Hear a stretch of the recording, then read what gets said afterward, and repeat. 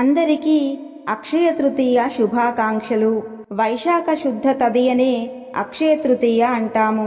అక్షయ అనగా క్షయము కానిది, తరిగిపోనిది అని అర్థం.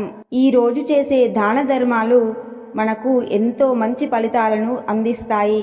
ఈ రోజు ఎంతో ప్రాముఖ్యమైన రోజు. పరశురాముని జన్మదినం, పవిత్ర గంగా నది భూమిని తాకిన పర్వదినం, త్రేతాయుగం మొదలైన దినం, శ్రీకృష్ణుడు తన బాల్యమిత్రుడైన కుచేలుని కలుసుకున్న దినం, వ్యాస మహర్షి మహాభారతంను వినాయకుని సహాయంతో వ్రాయడం మొదలుపెట్టిన దినం, సూర్యభగవానుడు అజ్ఞాతవాసంలో ఉన్న పాండవులకు అక్షయ పాత్రను ఇచ్చిన దినం, శివుణ్ణి ప్రార్థించి కుబేరుడు శ్రీ మహాలక్ష్మితో సమస్త సంపదలకు సంరక్షకునిగా నియమింపబడిన దినం, ఆదిశంకరులు కనకధారాస్తవంను చెప్పిన దినం, అన్నపూర్ణాదేవి తన అవతారాన్ని స్వీకరించిన దినం, ద్రౌపదిని శ్రీకృష్ణుడు దుశ్శాసుని బారి నుండి కాపాడిన దినం.